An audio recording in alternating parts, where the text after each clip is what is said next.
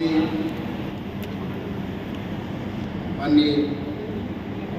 मंत्री जी, माननीय सांसद जी,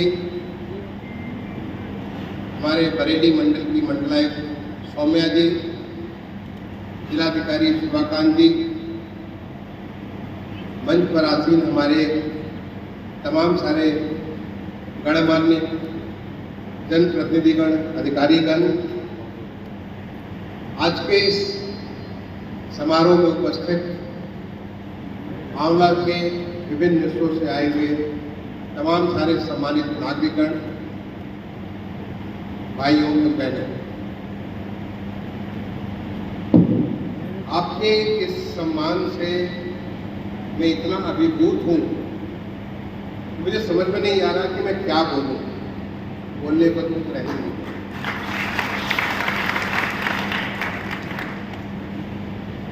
आपने इतना कुछ बोला है, मुझे तो इसका आभास भी नहीं था।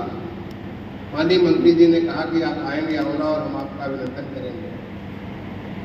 पहले तो मैं सर आपको मैं प्रणाम करता हूं।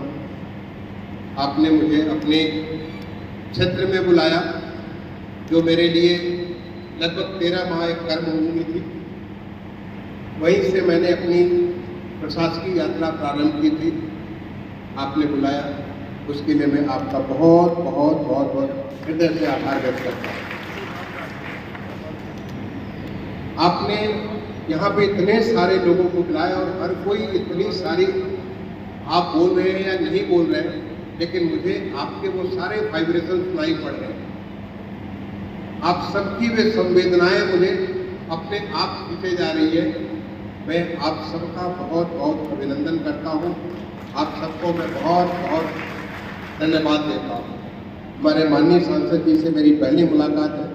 जिस आत्मीयता के साथ आप मिले, माननीय अध्यक्ष जी नगर पालिका के जिस आत्मीयता के साथ मुझे वहाँ पे आपने मेरा स्वागत किया, इसके पहले वाले पूर्व अध्यक्ष जी जिस प्रकार से मुझे जिस आत्मीयता और अपनापन की भावना से आप लोगों ने यहाँ पे मुझे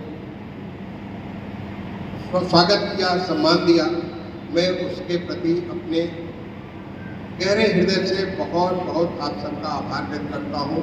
आप सबको धन्यवाद व्यक्त करता हूँ। 1986 अगस्त में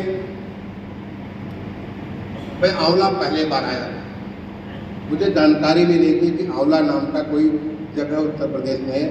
जब मुझे आदेश प्राप्त हुआ कि आपको आंवला का सब डिवीजन मजिस्ट्रेट, मुझे तो भेजा गया था बरेली, और बरेली आया तो मुझे जिलाधिकारी खंडियाल साहब थे, उन्होंने कहा कि आपको आंवला का सब मजिस्ट्रेट बनाया जाता है। तो मुझे आंवला जाना था, मुझे जानकारी भी नहीं थी, तो मैं पहले बार यहाँ और मेरे लिए रेजिडेंस तय किया गया बरेली में, सिविल लाइंस में ओवरलुकिंग जो वहाँ का जो कंपनी गार्डन है, सड़क के उस पार कंपनी गार्डन इतना बढ़िया हमारे लिए, वहाँ पे जगह तय किया गया। क्योंकि मेरे पूर्वाधिकारी राजू शर्मा जी वहीं रहा करते थे और वो गए, उनकी जगह पे मैं आया और मैं नित्य यहाँ पे करीब 52 किलोमीटर में आता था।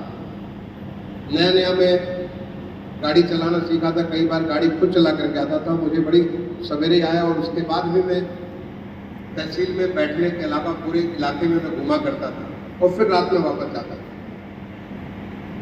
तो मुझे लगा कि ये ऐसे तो लंबा नहीं चल सकता है। अगर मुझे यहाँ सेवा करनी है तो मुझे यहीं रहना होगा और यहीं रह करके ही मैं सेवा कर पाऊँगा। और मैं रहूँगा तो हमारा तहसीलदार साहब भी रहेंगे, हमारे कानूनगो भी रहेंगे, नायब तहसीलदार रहेंगे, सारे लोग रहेंगे। उस समय कोई यहाँ नहीं रहता था और आंवला तहसील की बहुत बुरी हालत हुआ करती थी। इनफैक्ट जब हमारे कलेक्टर साहब कभी रिव्यू करते थे तो उसमें आंवला सबसे पीछे आया करता था। कारण क्या था? लोग कहते थे आंवला में न तो नहर है, आंवला में सब कुछ रेगिस्तान और रे है, यहाँ पे सारा का सारा। यहाँ पे न और जो तहसील है वहाँ पे बहुत हरियाली है, बाकी खेती है, बहुत कुछ चीज़ें हैं, लेकिन यहाँ ऐसा कुछ नहीं, इसलिए ये सबसे पीछे रहता है। चाहे वसूली हो, चाहे जो भी क्षेत्र ले लीजिए, हर चीज़ में आंवला पीछे रहता है। मैंने कहा ऐसा तो नहीं होने चाहिए। और वहाँ से जब मेरी यात्रा प्रारंभ हुई एक संकल्प के साथ कि मैं आंवला को कम से कम अपने जिले में सबसे ऊपर ले जाऊंगा। और ज़्यादा वक्त नहीं लगा, 3-4 महीने में, क्योंकि मुझे उस समय धर्मपाल सिंह जी ब्लॉक प्रमुख हुआ करते थे और जब मुझे वो खेती जाकर के दिखाते थे अपने ब्लॉक में, तो मुझे इतना महसूस होता, इतना अच्छा लगता था। आपने कहा भविष्यवाणी की, मैंने कोई भविष्यवाणी नहीं, न मैं ज्योतिष जानता हूँ और न मैं कोई इस प्रकार के यंत्र तंत्र या मंत्र जानता हूँ जिससे भविष्यवाणी कर सकूँ।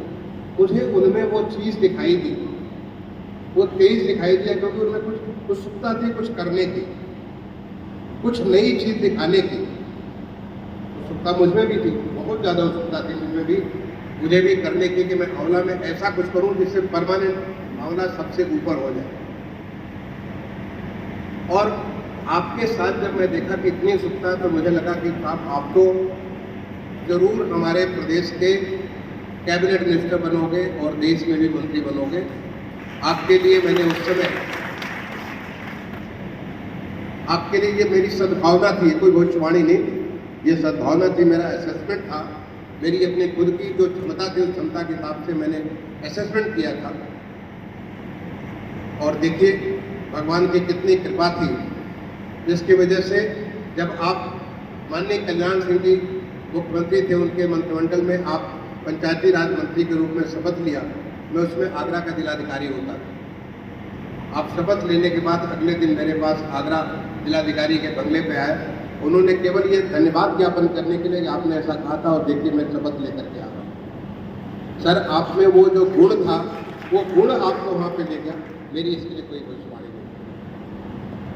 इनफैक्ट जब मैं यहाँ पे आंवला में तहसील में एसडीएम बन करके आया, आप जानते हो मैं मऊ जनपद, मऊ पूरब का जिला है और पूरब भोजपुरी का इलाका होता है, वहाँ बड़ी मीठी वाणी होती है। वहाँ पे जब किसी को डांटते भी तो लगता है प्यार से उसको बोल रहे हैं। वहाँ हर कोई को, छोटे बच्चे को भी रुआ करके उसको भी एक सम्मान के साथ बात करते हैं। जब मैं यहाँ एसडीएम बन करके आया और जब लोग मुझे तुम करके बात करने लगे, तो शुरू में मुझे बड़ा बुरा लगता था कि ये लोग, देखो मैं तो एसडीएम हूँ, यहाँ का पूरा परगना मजिस्ट्रेट हूँ, सबसे सीनियर मोस्ट अधिकारी हूँ, और मुझे तुम क्या करते हो, तुम कैसे रखते हो, तुम मेरी बात क्यों नहीं सुनते हो। जब इस प्रकार की बातें करते थे तो मुझे थोड़ा बुरा लगने लगा, लेकिन ज़्यादा समझने लगा, मैं समझ गया इनकी यही भाषा है और ऐसे ही बोलते हैं, लेकिन भाषा में मिठास बहुत है, अदरवाइज मिठास है, ऐसे सुनने में थोड़ा तकलीफ लगता है। और मैं जब उसके बाद लोगों के साथ काम करना प्रारंभ किया, क्योंकि मुझे ऐसा लगता था, उप जिलाधिकारी के रूप में ऐसा आभास होता था कि हम अगर लोगों को अपने साथ जोड़ करके काम करेंगे तो वो काम अस्थायी है। अगर हम एक अधिकारी के तौर पे, अब एक अधिकार के तौर पे काम करेंगे तो काम अस्थायी नहीं होगा, थोड़े समय तक सकता है। और इसीलिए आपको शायद स्मरण होगा, हमारे तहसील के सामने एक छोटी सी बिल्डिंग हुआ करती थी, टूटी बिल्डिंग थी। पहले उसका मरम्मत कराया, मैंने कहा इसको वाचनालय बनाइए, इसको पुस्तकालय बनाइए, और जो भी आएगा यहाँ पे, इतने सारे लोग घूमते हैं, उनको कहीं बैठने की जगह नहीं, आएंगे अखबार पढ़ेंगे, कोई किताब पढ़ेंगे, मैगजीन पढ़ेंगे। और वही बगल में मैंने प्याऊ भी बनवाया, क्योंकि पीने के लिए पानी नहीं, तो प्याऊ बनवाया कि आप लोग जब आएंगे तो उनको पीने के लिए पानी होगा, शुद्ध पीने का पानी होगा, और यहाँ पे बैठेंगे लोग, अच्छे से यहाँ पे पंखा होगा, सब कुछ चीज़ होगा, तो इससे लोगों को आसानी होगी। और वहाँ से लोगों को जोड़ना मैंने प्रारंभ किया। बच्चों के साथ संतोष जी कह रहे थे, यहाँ के जितने स्कूल होंगे, जितना कोई यहाँ पे कोई गांव नहीं होगा जिस गांव में न गया हूँ मैं 13 महीने के भीतर, लगभग सब जगह, क्योंकि मेरा आधा वक्त तो फील्ड में गुजरता था और आधा वक्त मेरा ऑफिस में गुजरता था। इनफैक्ट कई बार तो हमारे वकील साहबान, जो यहाँ पे बहुत सारे वकील साहबान यहाँ पे मेरा स्वागत कर रहे थे, बहुत सारे लोग तो मुझसे तंग होने लगे कि ये तो सब मुकदमे ही खत्म कर देंगे, क्योंकि मुझे ऐसा लगता था कि क्योंकि मैं कुछ गाँव का रहने वाला हूँ, लोगों को मैंने देखा था, अपने आसपास के लोगों को देखा था कितनी तकलीफ में रहते हैं, कैसे लोग जाते हैं मुकदमा कराने के लिए, और सालों सालों मुकदमे के चक्कर में वो अपनी एड़ी घिस जाती है, परिवार खत्म हो जाता, लेकिन मुकदमे चलते रहते, निर्णय नहीं होते। कई बार हमें वकील साहब लोग कहते साहब इतना निर्णय मत किया करिए, लेकिन मैंने कहा नहीं, देखो मैं जब तक रहूँगा तब तक मेरी कोशिश होगी, आपको मैं ज़्यादा वक्त नहीं दूँगा, आपको आगे टाइम नहीं दूँगा, आपको कष्ट होता है, लेकिन उसका कष्ट सोचो जो गांव से दूर से आता है, खाने की भी उसके पास जरूरत नहीं है, उसके पास कोई और संसाधन नहीं है, और वो आता केवल इसलिए कि उसको मेड़बंदी करानी है, इसलिए आता है उसको ज़मीन की उसको अपनी क्या कहते हैं उसका हक उसको मिलना चाहिए। वो आता है इसलिए कि उसको विवाद है किसी चीज़ को लेकर के, उसको हमारे 143 या 144 145 का विवाद है किसी चीज़ का। कोई ऐसी चीज़ों को लोग लेकर के आते हैं और सालों सालों पड़े रहते हैं। ये तो लोगों को आदत नहीं थी मुकदमे लिखने की, मुकदमे का फाइनल करने की। लेकिन संतोष जी बताएंगे कि मेरे सामने मुकदमे बचते ही नहीं। इनफैक्ट बहुत सारे वकील मेरे खिलाफत हो गए थे और वो फाइनल हुआ होगा। क्योंकि मैं ये बता दूं, क्योंकि वो जो हर मुकदमे के पीछे बड़ी गहराई से मैं सोचता था और गहराई से सोच के उसके हर पहलू को लेके खुद लिख पाता था। ये भी नहीं था कि कोई किसी और से कह दूं कि मुकदमे का मेरा निर्णय कोई और लिखवा दे, हमारे पेशकार साहब लिखवा दे, हमारे टाइपिस्ट लिखवा दे। इनफैक्ट मुझे ख्याल है कि मेरे किसी हमारे कर्मचारी ने मेरा दस्तखत करके किसी का गलत काम कर दिया था। मैंने कहा डिसमिस करो, इसकी नौकरी से बर्खास्त कर दो, FIR करो, जेल करो इसको, क्योंकि ये आदमी एक जहर है, सिस्टम के लिए जहर है। जब तक हमारे अंदर ईमानदारी नहीं होगी, जब तक हमारे अंदर सच्चाई नहीं होगी, तब तक हम पब्लिक सर्विस नहीं कर सकते। पब्लिक सर्विस केवल त्याग की भावना से होती है, क्योंकि हम जन सेवा के लिए आए हैं। हम कोई नौकरी करने, कोई पेशा करने नहीं आए, हम एक जन सेवा की भावना से सरकार में आए हैं। और वो जन सेवा तभी संभव होगी जबकि पूरी ईमानदारी, सच्चाई और निष्ठा के साथ काम। उस जमाने में बहुत पेड़ कटते थे। जब जिलाधिकारी हमारे DM साहब या कमिश्नर साहब रिव्यू करते थे, बड़े पेड़ कट रहे हैं, मैंने सख्ती चालू की। और मैं तो धन्यवाद देना चाहूँगा तमाम सारे हमारे राजनीतिक लोगों को। वही आते थे, मुझे बताते थे कि फला जगह पेड़ कटने वाले हैं, अब इधर से ट्रक जाने वाली है, और मैं ट्रक को बंद कर देता, ट्रक पकड़ के बंद कर देते। और उसका नतीजा ये था कि इस इलाके से एक टहनी भी काटनी लोगों की मुश्किल हो गई। यहाँ की चावल बहुत सारे यहाँ से जाते थे लोगों को। मुझे कहाँ से फीडबैक आते थे, तमाम सारे हमारे जो लोग थे वो आते थे, मुझे बताया जाते थे कि यहाँ पे ये चीज़ होने वाली है, गतिविधि होने वाली है। और मैं चाहे रात के 12 बजे हो, सवेरे का 4 बजे निकलने वाला हो, सवेरे का 6 बजे निकलने वाला, मैं वहाँ सही जगह पहुँच करके खुद खड़ा होकर के, क्योंकि मुझे पे ये नहीं मैं कहता था कि चलिए दरोगा जी जाकर के उसको पकड़ ली, नहीं, दरोगा जी को भी मालूम नहीं होता था। मैं फिर ही पहुँच लेता था, कहता था चलिए अब चल रहे हैं, और फला जगह जाके खड़ा होकर वहाँ उठा करके पकड़ के बंद कर दिया। इनफैक्ट एसेंशियल कमोडिटी एक्ट में जो कार्रवाई होनी चालू हुई, फॉरेस्ट एक्ट में जो कार्रवाई होनी चालू हुई, एक पूरा अच्छा, और उससे पब्लिक का बहुत ही ज़्यादा लोगों का सपोर्ट मिलता है।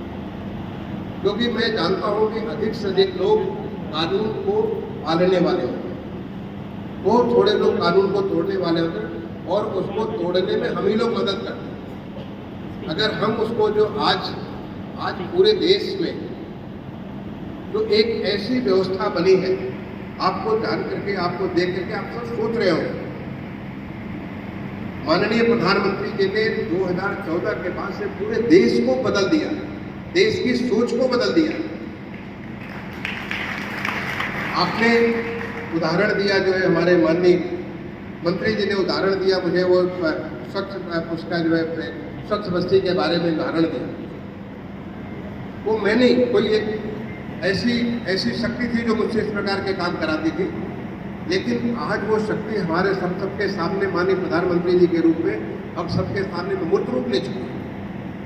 इनफैक्ट मुझे तो इस बात का सौभाग्य मिला, मैं अपने आप को बहुत ही सौभाग्यशाली समझता हूँ, ऐसे प्रधानमंत्री जी जो कि देश के बारे में एक राष्ट्रप्रथम की भावना से कितना पिछले 9 साल से जिस तरह से काम कर रहे हैं, जिस प्रकार की बातें कर रहे हैं, जिस प्रकार की नई व्यवस्थाएं कर रहे हैं, जो कि हमारे देश को गौरव दे रहा है, जो हमारे देश की क्षमता, जो छिपी हुई क्षमता थी, उस क्षमता को निकाल करके, जैसे कि जामवंत ने हनुमान जी से कहा कि भाई आप तो समुद्र लांघ सकते हो, आज हमारे माननीय प्रधानमंत्री जी पूरे देश को कहते हैं तुम ये काम कर सकते हो। नहीं तो सोचिए कि कोविड जैसी बीमारी, एक वैश्विक महामारी पूरे दुनिया को तबाह कर दी, जब कोविड का आया था, आप बड़ी बड़ी ऐसी व्यवस्थाएं जिसको स्वास्थ्य का जो इंडेक्सेस होते थे दुनिया में नंबर 1, नंबर 2, नंबर 3, नंबर 4, हम तो कहीं भी नहीं थे। वो सारी व्यवस्थाएं टूट टूट के चरमरा करके बर्बाद हो गई। बहुत सारी आर्थिक व्यवस्थाएं आज भी उससे निकल नहीं पाई हैं। लेकिन हमारे देश में कोविड के इतने बड़े महामारी के बावजूद अगर दुनिया में सबसे कम मृत्यु दर हुआ है तो हमारे देश में, इतने बड़े चुनौतियों के बावजूद हमारा देश आत्मनिर्भर भारत होकर के निकल चुका है। और न केवल अपने लिए 220 करोड़ लोगों को वैक्सीन लगाया, अपनी वैक्सीन लगाया, फ्री में वैक्सीन लगाया, बल्कि दुनिया के तमाम 100 से ज़्यादा देशों को वैक्सीन सप्लाई की। तब जबकि हमारे पास कोई वेंटिलेटर नहीं थे, हमने वेंटिलेटर न केवल बनाया बल्कि हम वेंटिलेटर दूसरों को सप्लाई की, पीपी किट हमने दूसरों को सप्लाई किया।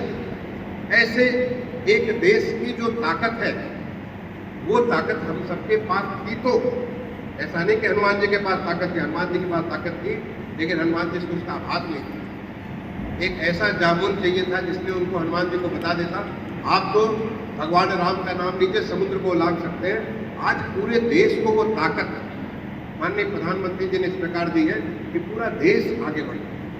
और मुझे सौभाग्य मिला लगभग 7.5 साल लगातार माननीय प्रधानमंत्री के उस मार्गदर्शन में देश को काम करने के लिए। आपने संतोष जी ने बात की सेंट्रल विस्टा की, मैं कह सकता हूँ ये मेरा बहुत बड़ा सौभाग्य है, ये मेरा बहुत बड़ा सौभाग्य है। मैं अर्बन जो हमारा देश का जो शहरी मंत्रालय उसका मैं सचिव था, मुझे ये मौका मिला, सौभाग्य मिला कि मैं सेंट्रल विस्टा के बारे में सोचूं, सोच करके उसके लिए एक व्यवस्था बनाऊं। और आज जो देश का पार्लियामेंट बनी है, जिसका भी हाल में माननीय प्रधानमंत्री जी ने उद्घाटन किया, मैं कह सकता हूँ दुनिया के तमाम सारे देशों में जाकर उनके पार्लियामेंट को मैंने देखा है। मैं कह सकता हूँ कि दुनिया का बेस्ट पार्लियामेंट अगर होगा तो हमारे देश का पार्लियामेंट। ये ऐसा पार्लियामेंट है जो कि जनता का पार्लियामेंट है। अगर आप जाकर के देखोगे, पहले पार्लियामेंट में जाते थे आपको आभास नहीं होता था, आप जाके छुप जाते थे। आज आप जाएंगे, कोई भी आप आज पार्लियामेंट में जाएगा उसको लगेगा ये हमारा पार्लियामेंट। आज पार्लियामेंट में इतनी सारी चीज़ें नई नई है, वो सब माननीय प्रधानमंत्री जी की सोच थी और मुझे मेहनत करने के लिए उनके सोच को एक साकार करने के लिए मौका मिला। वो बहुत बड़ा चीज़ मुझे मौका मिला, वो मौका करने की हमने कोशिश की। आज सेंट्रल विस्टा के ऊपर इतना सारा परिवर्तन हुआ, एक मुझे वहाँ से एक दिशा मिलती तो दिशा को पूरा करने का मौका मिला, पूरे देश में स्वच्छ भारत का काम करने का मौका मिला। मैं कह सकता हूँ जो ये चीज़ एक इम्पॉसिबल लगती थी, ये सारी की सारी चीज़ें लगती थी कि ये हो ही नहीं सकती। लोग मजाक उड़ाते थे कि अरे लाल किले के प्राचीर से देश को संबोधित करते हुए प्रधानमंत्री जी ने कहा कि देश को स्वच्छ कर देंगे, क्या संभव है? कोई सोच नहीं सकता था। लेकिन मुझे ये महसूस होता था कि माननीय प्रधानमंत्री जी जो कह रहे हैं वो चीज़ तो सोच असंभव संभव नहीं होना, असंभव भी संभव होगा। और आज पूरे देश की व्यवस्था बदल गई, चाहे हर कोई को मकान देने की बात है। सोच सकते कितने करोड़ों मकान कैसे बन गए, ये दुनिया में कहीं नहीं हुआ। स्मार्ट सिटी के बारे में, शहरों की इंफ्रास्ट्रक्चर के बारे में, आपने मेट्रो की बात की। मेट्रो आज हम दुनिया को मेट्रो सप्लाई कर रहे हैं। मुझे इस बात का गौरव मिला उस आभा से, जो माननीय प्रधानमंत्री की आभा से जो मुझे इतना सारा कुछ काम करने का मौका मिला। मुझे लगा कि ऐसे काल में हम पल रहे हैं जिस काल में असंभव भी चीज़ें संभव हो सकती हैं, और वही हमारे देश की ताकत है। और उसके बाद जब मैं यहाँ पे मुख्य सचिव के रूप में ज्वाइन किया, एक दूसरी महाशक्ति जो हमारे माननीय मुख्यमंत्री जी के है, उस शक्ति के साथ काम करने का मौका मिला, जो किसी चीज़ को असंभव तो मानते नहीं। जो उन्होंने संकल्प किया वो संकल्प, मुझे कई बार लगता है कि मुख्यमंत्री जी ने संकल्प किया ये कैसे होगा, लेकिन मुझे विश्वास लगता है कि मुख्यमंत्री जी का संकल्प है तो इसका साधन भी उन्होंने सोच लिया होगा, ये जरूर पूरा होगा। आप सोच सकते हो 35 लाख करोड़ रुपए से ज़्यादा का एक इन्वेस्टमेंट हमारे प्रदेश में, जब इतना बड़ा इन्वेस्टमेंट होगा कैसा हमारा प्रदेश हो जाएगा, आप इसकी कल्पना नहीं कर सकते। आज प्रदेश में जिस प्रकार से सारी की सारी व्यवस्थाएं, चाहे कृषि के बारे में हो, इंफ्रास्ट्रक्चर हमारा जो पूरा संसाधनों के बारे में हो, जिस किसी क्षेत्र को आप ले लीजिए, जल के बारे में, हर चीज़ में हम देश में एक अग्रणी भूमिका अदा कर रहे हैं। उसमें हमारे माननीय मुख्यमंत्री जी का एक उनकी जो कहेंगे प्रभा है, उस प्रभा को उसको हम तब्दील करने के लिए, क्योंकि एक प्रशासनिक स्तर पर इतना बड़ा ताकत और उसको संभव करने के लिए एक हमारी पूरा का पूरा जो तंत्र उसके ऊपर जो काम करता है वो मिलता है। आज ऐसा वक्त है कि पूरा दुनिया हमारे देश को देख रहा है। कल ही माननीय प्रधानमंत्री जी को फ्रांस का सबसे बड़ा सर्वोच्च पुरस्कार प्राप्त हुआ। तमाम सारे देशों का उनको पुरस्कार प्राप्त हो रहा है। दुनिया आज में रिकॉग्नाइज कर रही है। वो रिकॉग्निशन किसका है? हमारे देश के लोगों को। ऐसा कभी प्रधानमंत्री जी नहीं कहते कि उन्होंने किया, वो हमेशा कहते हैं देश के 140 करोड़ लोगों ने किया। वो संकल्प लेते हैं कि हम अपने देश को एक विकसित देश बनाएंगे, और ज़्यादा समय ये नहीं कि 1000 साल में बनाएंगे। इस देश को विकसित देश हम आगामी 25 साल में बताएंगे, जब हम आज़ादी का 100वां साल बना रहे होंगे 15 अगस्त 2047 को, तो हमारा देश एक विकसित देश होगा। प्रधानमंत्री जी इसलिए कहते हैं क्योंकि वो देश की ताकत को जानते हैं। जिस दिन ये देश अपनी ताकत को, जिस सनातन ताकत को, क्योंकि हमारे ऋषि, हमारे मुनि जो हमारे इस देश में जो काम करते थे, हम उस देश के रहने वाले हैं जहाँ पे तो देवी देवता भी पैदा होने के लिए लालायित रहते थे। गायजंते देवा किल गीत कानी धन्य तुए भारत भूमि भाग्य। इस भारत भूमि में पैदा होने के देवी देवता भी लालायित रहते थे। हमारे उत्तर प्रदेश की भूमि में यहाँ तो भगवान राम, भगवान कृष्ण, उन्होंने स्वयं अवतार लिया। ये भूमि जहाँ पे भगवान बुद्ध ने पहला जो न केवल उनका जन्म हुआ हमारे यहाँ, बल्कि उसके अलावा उनका पहला जब ज्ञान हुआ इसी प्रदेश से हुआ। तमाम सारे जैन मुनि आपके इसी क्षेत्र में आकर के जैन मुनि का यहाँ पे रामनगर का जो मंदिर है, तमाम सारे जैन मुनियों ने यहीं पे तपस्या की। ये हमारी भूमि उत्तर प्रदेश भूमि जहाँ पे गंगा, जमुना, सरजू, ऐसी तमाम सारी ऐसी सनातनी जो हमारी ये नदियाँ इसको सिंचित करते, इतना उर्वरा जमीन है, हम क्यों नहीं आगे बढ़ सकते? हमारा देश एक गौरवशाली इतिहास था। बीच में हम एक गुलामी की मानसिकता से बिल्कुल फंस गए थे। उस मानसिकता से निकलते ही हम एक बार दोबारा उस गौरव को प्राप्त करेंगे और देश एक विकसित देश होगा। आज जो हमारे देश में जिस प्रकार से पूरे देश में परिवर्तन हो रहा है, हमारे प्रदेश में जैसे परिवर्तन हो रहा है, परिवर्तन करने वाला कौन है? हम आप हैं। हमारे और आप में अगर सोच में परिवर्तन हो जाए तो देश का कोई भी चीज असंभव नहीं है। आप अगर सोच लो कि 2047 में अगर हमारा देश जब विकसित देश होगा तो हमारा शहर आंवला भी विकसित आंवला होगा। जब आप कहो कि जब कहते हो कि इंडिया एट 2047, तो आप कहिए आंवला एट 2047। एक सपना देखिए कि क्या हम कर सकते हैं आंवला को 2047 में। अभी सवेरे में आंवला की इफ्को फैक्ट्री का भ्रमण कर रहा था। वहाँ के ईडी राकेश पुरी साहब से, उनके साथ हम लोग सारा घूम रहे थे, उनसे बात हुई। उन्होंने बताया कि गुजरात का एक अहमदाबाद के पास एक शहर है कलोल शहर, वो कलोल शहर में सबसे पहले इफ्को का प्लांट था।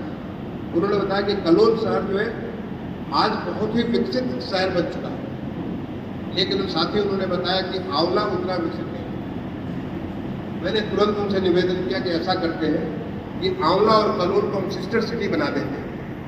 और मैं आदेश करूंगा हमारे प्रमुख सचिव जो अर्बन के हमारे प्रमुख, उनका आदेश करूंगा इन दोनों शहरों को हम एक सिस्टर सिटी बना दें। यहाँ के माननीय अध्यक्ष जी हैं, यहाँ के जो डीओ हैं, यहाँ के जो अधिकारी वहाँ जाएँ, उनके साथ एक MOU करें, उनके लोग यहाँ आए और देखें कि अगर उस शहर में वहाँ पे इफ्को के प्लांट बनने से अगर वो शहर इतना बढ़िया आगे बढ़ सकता है तो हमारा शहर क्यों नहीं आगे बढ़ सकता? एक बार आप निर्णय लीजिए, देखिए कि फिर वो निर्णय तो एक भगवान की सत्ता है, भगवान की सत्ता आपके साथ हो जाएगी, अपने आप पूरा होगा। मुझे बहुत विश्वास है, क्योंकि मैं जो गांव का रहने वाला एक साधारण पेड़ के नीचे पढ़ने वाला बच्चा हूँ, जो पेड़ के नीचे पढ़ाई हमने शुरुआत की। कमरा तो एक था कक्षा 5 में पढ़ने के लिए, और वहाँ से पढ़ करके फिर वो भगवान रास्ता निकालते चले गए। एक बार आपके मन में संकल्प हो, अपने आप रास्ता निकालते। आपके यहाँ इतने सारे लोग हैं, मैं तो धन्यवाद देना चाहूँगा। एक मेरे कॉल के ऊपर जो है सुभाष इंटर कॉलेज, जहाँ पे फर्नीचर नहीं होता, बाउंड्री नहीं, मैंने लोगों को एक बार कॉल दिया कि क्यों नहीं हम सब लोग मिलकर के पढ़ते, तो हमारे ही बच्चे हैं, चाहे तुम्हारा बच्चा हो हमारा बच्चा है, तो अपना ही बच्चा। अगर हमारे बच्चे को ज़मीन पे बैठ करके पढ़ना पड़ रहा हो, कितनी तकलीफ हो, वो बच्चा आगे क्या सोचे? क्यों नहीं उसके लिए बेंच और चेयर्स बना दिया जाए, डेस्क बना दिया जाए। और मेरे उस कहने के बाद तमाम लोग खड़े होकर के, मैं आज याद करना चाहूँगा यहाँ पे उषा शर्मा जी, उस समय और उषा विद्यालय हुआ करता था, उनको मैं याद करना चाहूँगा। बड़ी पवित्र महिला हुआ करती थी। जब भी मैं ऐसे कोई कॉल देता था तो कहती सबसे पहला मिश्रा साहब, सबसे पहला मेरा संकल्प है, मैं यहाँ पे 5,000 रुपये 10,000 रुपये दे रही हूँ। ऐसे बहुत सारे लोग, ऐसे इतने सारे लोग तुरंत खड़े होकर के कहते थे मैं इस तरह दे रहा हूँ, और मैं सब नोट करते रखता था। नोट करके मैं तुरंत एक सबके सर्कुलेट कर देता था, इन्होंने ये कहा, इन्होंने ये कहा, इन्होंने ये कहा, और वो उनके लिए बंधन हो जाता था। और बंधन का एक नतीजा ये क्या हुआ, देखते देखते मेरे सामने पूरा हुआ। ऐसे बहुत सारी चीजें, जहां भी जो कुछ भी कहा, क्योंकि लोगों में इतना प्यार था, लोगों में इतनी आवश्यकता थी, लोग उसके साथ जुड़ते चले गए। नतीजा ये कि जैसे आपने माननीय अध्यक्ष जी ने कहा कि वहाँ पे हमारा नगर पालिका का भवन बन गया, मैंने नहीं बना, हमारे शर्मा जी हुआ करते थे, ये हुआ करते थे, उनके सामने मैंने इस लोगों से संकल्प लिया और तुरंत खड़ा हुआ कि मैं इतने सीमेंट देता हूँ, मैं इतना ईंटा देता हूँ, मैं इतना सरिया देता हूँ। करते करते वो सारा का सारा बनकर के तैयार हो। लोग करना चाहते हैं, क्योंकि हमारे यहाँ तो गांव में हमारे जब हमको कुआं हम खोदते थे, जब कुआं खुदता था या किसी के घर में शादी ब्याह होता था, सब मिलकर के जैसा लगता था कि गांव की शादी, एक की शादी नहीं, सबकी शादी होती, पूरे गांव भर की शादी होती। गांव में कुआं जब हमारा खुदता था, लगता था पूरे गांव भर का कुआं खुदता। ऐसे ही हमारे लोगों की भावना, यही हमारी सनातनी भाव है, हम सब ऐसे मिलकर के काम करने वाले हैं। तो अगर हम में ये भावना बनी रहे तो इसका कोई कारण नहीं बनता कि हमें कोई पछाड़ सके। आपके बीच से कितने सारे लोग निकलेंगे, इतने अच्छे लोग निकलेंगे जो सब देश को ताकत देंगे। कितनी सारी चीज़ें यहाँ पे प्रदर्शित की गई थी, मुझे अभी यहाँ पे देखने को मिला, चाहे कृषि के बारे में, उद्योग के बारे में, तमाम सारे हमारे शिल्प के बारे में, बहुत सारी चीज़ें यहाँ प्रदर्शित की गई। वो आज नहीं, और वहाँ से आगे बढ़ने का रास्ता था। आज देश बदल रहा है, हमारा प्रदेश बदल रहा है, और इस बदलते परिवेश में, बदलते जो हमारा जो एक माहौल बना है, इसमें जैसे कहते हैं राम नाम के दूत है, लूट सके सो लूट, अंतकाल पछताएगा प्राण जाएंगे छूट। तो यानी अब इस समय ऐसी विकास की धारा बन रही है हमारे पूरे प्रदेश में, हमारे देश में विकास की धारा बह रही है। अगर आप उस धारा को आत्मसात नहीं करोगे तो आप पीछे छूट जाओगे। आप पीछे क्यों छूटोगे? मैंने आपको देखा, मैंने आपको बड़े नजदीक से देखा, और आज जिस आत्मीयता के साथ आप लोग यहाँ पे मेरे सामने बैठे इसको बात कर रहे हैं, उस चीज़ के और मुझे वो वाइब्रेशंस, वो पुरानी यादें मुझे फिर से एक बार तरोताजा हो रही है। वो सारी की सारी बातें एक बार मैं अपने आप को जो है लगभग 37 साल पीछे ले जाकर के देख रहा हूँ। तो इस यात्रा को तो हमें और आगे बढ़ाना, एक ऐसा माहौल बना है, उस माहौल में हम सबको बहुत आगे बढ़ना है, और बढ़ेंगे तो जो माननीय प्रधानमंत्री जी ने एक नारा दिया, टीम इंडिया, सबका साथ, सबका विकास, सबका विश्वास, सबका प्रयास। ऐसा नहीं है कि कोई एक आदमी एक काम करे, कोई एक के बस की अकेला चला कभी भी भाड़ नहीं फोड़ सकता। सबका साथ, सबका विकास, सबका प्रयास, सबका विश्वास, इसी से ही सब कुछ आगे बढ़ सकता है। अगर आंवला के जो हमारे तमाम सारे भाई लोग हैं, आपने माननीय मंत्री जी ने बात की, ये महाभारत काल की नगरी है। इनफैक्ट मुझे नाम नहीं याद आ रहा है, यहाँ पे एक सज्जन हुआ करते, मुझे नाम ध्यान करूँ तो मेरे साथ याद आ जाए। वो कभी आते थे मेरे पास, सिक्के ले करके आते थे, छोटे छोटे सिक्के लेकर आते थे, कहते थे साहब देखिए ये सिक्का जो है, बाद में सारे सिक्के मैंने दान कर दिया था लखनऊ में, ये सारे सिक्के जो, अच्छा प्रेम मोहन मिश्रा बता रहे हैं, अच्छा सुरेंद्र मोहन मिश्रा, तो वो ला करके सिक्के देते हैं कि देखिए यहाँ पे खेत में जुताई होती है, सिक्के निकलते हैं, ये महाभारत काल के, ये अहि क्षेत्र के सिक्के, इतनी सारी चीज़ें निकलती थी। तो आप तो उस पावन भूमि के हो जिस जहाँ पे पहले इतना प्राचीन इतिहास था, इतनी ताकत थी इस क्षेत्र में, और इस समय एक बड़ी विकास की धारा देश से, प्रदेश से, चाहे माननीय प्रधानमंत्री जी की तरफ से उधर से आ रही हो, माननीय मुख्यमंत्री जी की तरफ से इधर से आ रही हो, उस तेज धारा में हम क्यों नहीं अपने आप को आत्मसात करते हुए, क्यों नहीं उससे हम तेजी से आगे बढ़ जाए, जिससे कि हमारा जो ये आंवला है एक विकसित आंवला बने 2047 में, एक विकसित बरेली बने 2047 के लिए।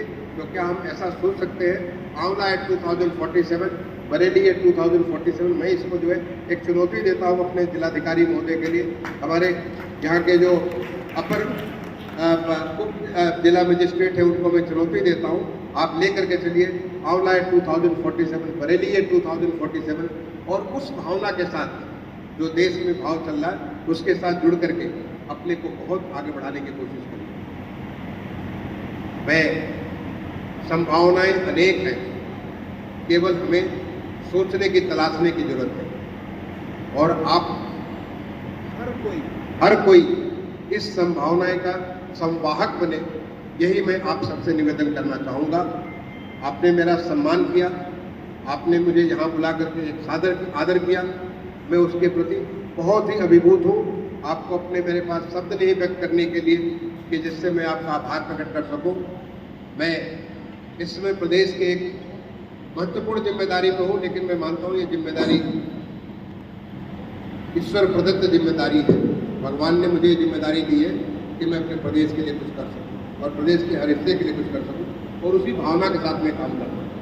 भगवान आप सबको, ये बहुत ही पवित्र माह है श्रावण मास, भगवान शिव का मास होता है, और अभी तो और भी ज़्यादा पवित्र है क्योंकि नॉर्मली 1 महीने का श्रावण मास होता है, अभी 2 महीने का श्रावण मास है। तो इस पूरे 2 महीने भगवान शिव का जो आराधना करता, भगवान शिव यानी कल्याण ही कल्याण, उस भगवान शिव के श्रावण मास में आप सबको मैं एक अपनी तरफ से बहुत बहुत शुभकामनाएं देता हूँ कि आप एक बड़ी ताकत उभर करके निकलिए, और अपने को, जो मैंने कहा, कलोल के साथ एक सिस्टर सिटी के रूप में चुनौती लीजिए कि हम उनसे आगे बढ़ेंगे, हम उनकी चीज़ को सीख करके उससे आगे बढ़ेंगे, हम अपने शहर को, अपने पूरे इलाके को बहुत आगे बढ़ाएंगे, हर क्षेत्र में बढ़ाएंगे, फिर आप देखिए कि दुनिया की कोई ताकत आपको रोक नहीं सकती है। मैं एक बार दोबारा आप सबके प्रति और खासतौर से हमारे माननीय मंत्री जी के प्रति बहुत बहुत आभार व्यक्त करता हुआ अपनी वाणी को विराम देता हूँ। धन्यवाद। जय हिंद।